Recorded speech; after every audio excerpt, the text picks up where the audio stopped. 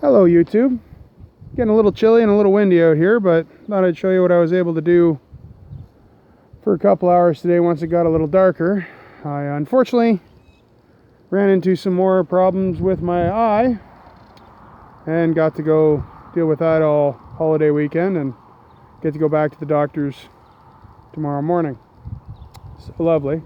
But what I had the kids doing, mostly, is they were running loads of partially composted manure and stuff out, and I had shoveled over the lighter topsoil into the other raised bed because I'm replenishing this one.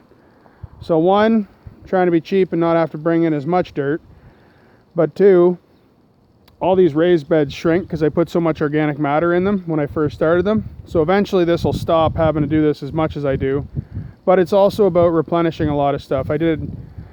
So just beneath there's a little bit of cardboard, and then a nice little layer of rabbit and chicken manure, and then there's going to be a lot of dirt thrown into here, and that'll help keep the worms happy because they get all this new matter to start working through. So eventually what I'm going to be doing is, probably in about 2, maybe 3 years, these big beds, I'll be digging them all the way up and using the dirt from them, moving into other beds that have dilapidated down, just constantly moving the soil around, getting that organic matter mixed through, and basically replenishing beds. Because if you just keep using the same bed and you never put anything into it, yes, worms come up from the ground, they do bring some stuff, but you do need to think about replenishing your beds. So I mean, we're just starting out with these beds, so they're going to keep dropping down, so we keep bringing in dirt every year. But one thing I can say, guys, is make sure you're replenishing nutrients back into them. If nothing else, at the very least, cycling the different types of crops you put in there. And I don't mean just, you know, this one was all lettuce, so I'm going to do this next time. You got to make sure that it's actually complementary. There's a reason that there's corn, bean, wheat cycle in mainstream farming.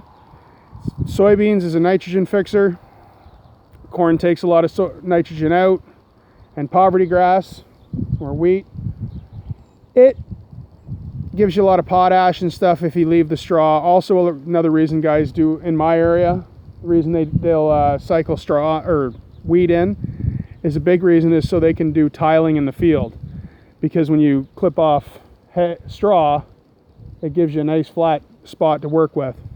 But anyways, guys, I'm trying to keep kind of my body holding still so you can see, but we haven't got a whole lot done in the main garden because we've been working in the greenhouse and it hasn't really been nice enough to do anything, but I thought I'd try to give everyone a little update. And thanks for watching, guys. Hope you're having a good time. Hope your hands are getting dirty. Bye.